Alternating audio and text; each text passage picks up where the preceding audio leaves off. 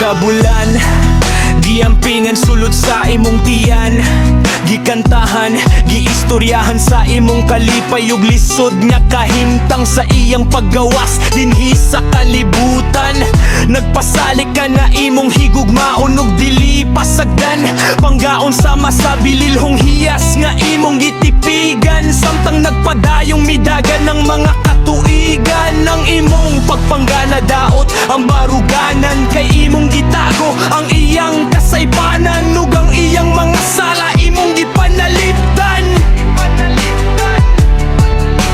Ang imong pagtuo ang gugma dapat may pag-antos, maunga sa imong sipat nga anak ikaw ang nagpakasantos. Ang pagtulit kaniya gikan sa ubang tao ug pagsaway ikaw ang muatubang ug unya makipagaway, kay kuno ang imong gugma kaniya walay makalabaw.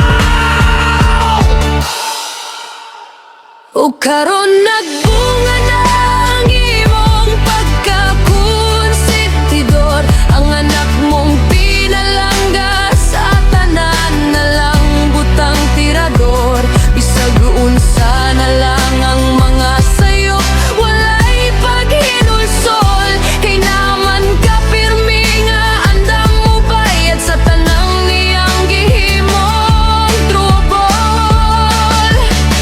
Ikaw ginikanan na sayod ka ba sa imong gibuhat, nagpadako ka ug anak nga ulipon ni Satanas, kay wala nimo tumana ang gingon sa Biblia. Disiplinahang imong anak samtang bata pa, kay kung dili sa iyang paghamtong pahilakon ka.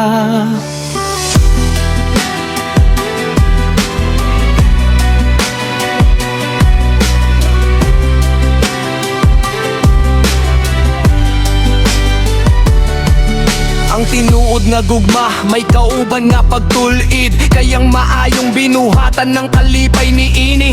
Kung imong pasagdan ng sayop o kalapasan mo dako imong anak nga kung sa katigulangan pasungayan, nantawa karon nun say nahitabo sa katilimban, mga menor di edad rapist, mambubuno o kawatan, kabalo pa ka ang mga rason kasagaran, tungod kay konsentidor ang ilang mga ginikanan.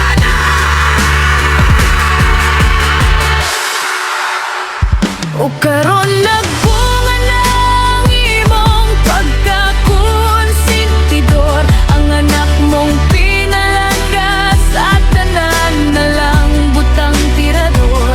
Bisag unsa na lang ang mga sayo, walay paghinulsol, kay naaman ka pirmi nga andam mo bayad sa tanang niyang gihimong trubol. Ikaw ginikanan na sayod ka ba sa imong gibuhat, nagpadako ka ug anak nga ulipon ni Satanas, kay wala nimo tumana ang gingon sa Biblia. Disiplinahang imong anak samtang bata pa, kay kung dili sa iyang paghamtong pahilakon ka. Ang pagbasura ba pirming ulahi, maunga kung sayop imong anak